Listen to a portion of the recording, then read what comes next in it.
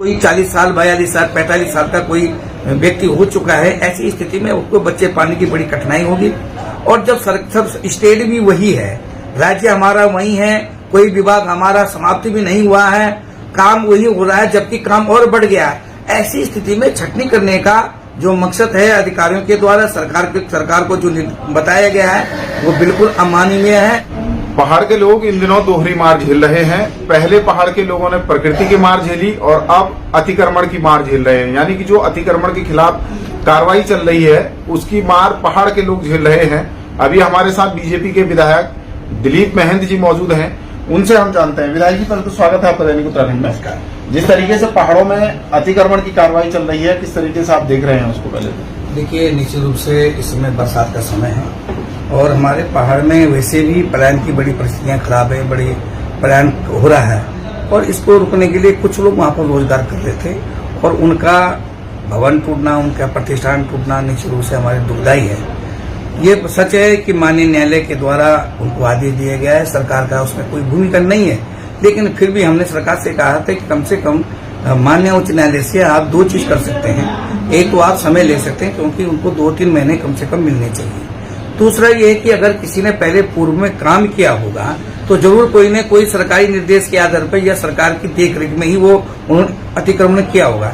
और यदि उन्होंने जबरन किया है और अधिकारियों ने उस समय कोई ध्यान नहीं दिया तो उनके ऊपर भी कार्रवाई होनी चाहिए, क्योंकि लोगों ने अपनी सारी जमा पूंजी उस मकान पे लगा दी है जिसको आज अतिक्रमण के कारण जो है हटाया जाए। तो निश्चित रूप से ये अमानवीय है, ये मैं समझता हूँ कि ये ठीक नहीं है और माननीय उच्च न्यायालय जी को भी इन चीजों पर जो है ध्यान देना चाहिए। आज हमारा सरकार से नियम है, चाहे कुछ भी किया जाए, थोड़ा सा उन लोगों जिनके ढाबे टूटे हैं, जिनके खोखे टूटे हैं, जिनके मकान टूट रहे हैं, उनको प्रतिकर के रूप में, मुआवजे के रूप में कुछ न कुछ सरकार को इमदाद देनी चाहिए। कोविड के बाद कई युवाओं ने रिवर्स फ्लाइंग किया और खुद का स्वरोजगार कर रहे थे और अब वही लोग आरोप लगा रहे हैं कि एक तरफ तो सरकार कहती है कि खुद का स्वरोजगार सेटअप करो, और जो हमने स्वरोजगार सेटअप किया तो अब दूसरी तरफ तोड़ रही है। नहीं, देखिए, अतिक्रमण भी 2 प्रकार का है। मैं समझता हूँ कि एक अतिक्रमण अभी हाल का है, वो तो मैं समझता हूँ कि तुरंत हटना चाहिए, क्योंकि अतिक्रमण करना भी सही नहीं है, क्योंकि सड़क भी हमारी है, उसका चौड़ीकरण भी होना चाहिए और हमारे गांव में अच्छी स्थिति होनी चाहिए। लेकिन जिन लोगों ने 50-50, 60-60 साल से वहाँ पे प्रतिष्ठान चल रहे हैं, मकान बन रहे हैं, उनको अचानक तोड़ना मैं समझता हूँ कि ये समझदारी भी नहीं है और ये मानवीय भी नहीं है। इसलिए हमारा ये है कि अगर उनको तोड़ना तो किया आवश्यक है तो उनको प्रतिकर के रूप में उनको जरूर क्षतिपूर्ति में कुछ न कुछ मिलना चाहिए। हाईकोर्ट का आदेश है, सरकार का इसमें रोल नहीं है। किसको आप दोषी मान रहे हैं जो लोग जबरदस्ती तोड़ रहे हैं? हाँ, निश्चित रूप से माननीय उच्च न्यायालय का इसमें निर्देश है, लेकिन इसको पूरी कानूनी प्रक्रिया इसमें नहीं निभाई गई है और उनको बकायदा जो है नोटिस होना चाहिए था और नोटिस होने के 2 महीने 3 महीने कम से कम उनको समय मिलना चाहिए था। लेकिन आज मैं कई जगह देख रहा हूँ कि सुबह 7 बजे उनको नोटिस मिल रहा है, 10 बजे के 3 घंटे के बाद मशीन उनके मकान को तोड़ देती है। तो ये निश्चित रूप से अन्याय है, घोर अन्याय है और अमानवीय है।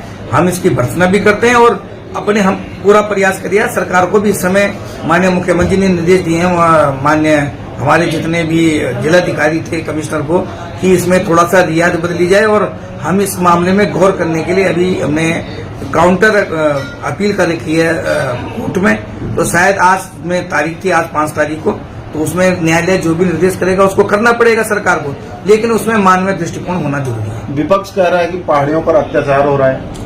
देखिए, विपक्ष में विशेषकर कांग्रेस और कांग्रेस के ज्यादातर सरकारें आज से पूर्वत उन्हीं के टाइम पे ज्यादा अतिक्रमण हुआ है। अगर उनकी मशीनरी चाक चौबंद होती और अतिक्रमण को ध्यान से देखते और इसके 100 साल आगे तक के भविष्य के बारे में, उत्तराखंड के बारे में सोचे, तो आज ये स्थिति नहीं आती। उनकी गैर जिम्मेदारना और उनकी पद लोलुपता के कारण आंखें मूंदना, ये सबसे बड़ा कारण ही अतिक्रमण हुआ है, जिसका खामियाजा आज हमारी भोले वाली जनता उठा रही है। उपनल के कर्मचारियों ने आपसे मुलाकात की, क्या समझते हैं आप उपनल के कर्मचारियों की पीड़ा जो है, किस तरीके से आप उसे देख रहे हैं?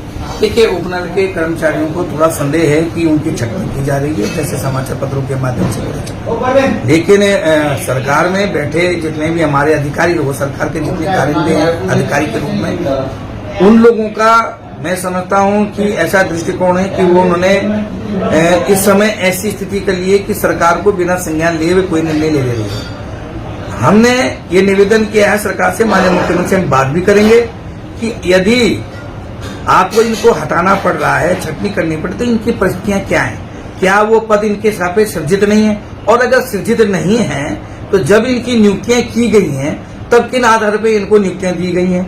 और अगर वो गलत तरीके से नियुक्ति में है तो उस समय के चाहे कोई लोग रिटायरमेंट भी हो गए होंगे, लेकिन आज उनकी पेंशन उनकी जरूर मिल रही होगी, उनके खिलाफ कानूनी कार्रवाई होनी चाहिए और इस तरह के काम करने वाले अधिकारियों के खिलाफ कानूनी कार्रवाई होनी चाहिए। क्यों? क्योंकि आज के तारीख में कोई 40 साल, 42 साल, 45 साल का कोई व्यक्ति हो चुका है, ऐसी स्थिति में उसको बच्चे पालने की बड़ी कठिनाई होगी। और जब सब स्टेट भी वही है, राज्य हमारा वही है, कोई विभाग हमारा समाप्ति भी नहीं हुआ है, काम वही हो रहा है, जबकि काम और बढ़ गया है। ऐसी स्थिति में छटनी करने का जो मकसद है अधिकारियों के द्वारा सरकार को जो बताया गया है वो बिल्कुल अमानवीय है और मैं समझता हूं कि मैं इसकी निंदा भी करता हूं और सरकार से मांग भी करूंगा और बात भी करूंगा कि उनको हटाया न जाए। तो क्या मुख्यमंत्री से मुलाकात करेंगे आप कर्मचारी? निश्चित रूप से आज मेरे संज्ञान में आया है, कल हमारा सदन चल रहा है, मैं निश्चित रूप से माननीय मुख्यमंत्री से और हम भी और भी विधायक इस बात में बात करेंगे। थैंक यू दैनिक उत्तरों से बात करने के बहुत बहुत धन्यवाद। ये था हमारे साथ बीजेपी के विधायक हैं नेशडाउन से दिलीप महंत है। उन्होंने साफ तरीके से कहा है कि जिस तरीके से पहाड़ों में अतिक्रमण की कार्रवाई की जा रही है उस पर उन्होंने अधिकारियों को चेतावनी भी दी है। उनका कहना है कि जिस तरीके से अधिकारी सुबह नोटिस दे रहे हैं और दिन में कार्रवाई कर रहे हैं उस पर अधिकारियों को सोचना चाहिए, क्योंकि हाईकोर्ट का फैसला है, इसमें सरकार का कोई रोल नहीं है। दूसरी तरफ उन्होंने उपनल के कर्मचारियों को समर्थन दिया है। उन्होंने कहा है कि वो अब मुख्यमंत्री से जल्द मुलाकात करेंगे और ये बच्चे अपने ही हैं। जिस दौरान इनको लगाया गया उस दौरान क्या स्थिति थी और अब इनको क्यों निकाला जा रहा है, इन तमाम बातों को लेकर वो मुख्यमंत्री पुष्कर सिंह धामी से जल्द मुलाकात करेंगे। देहरादून से दैनिक उत्तराखंड के लिए मनोज चौहान।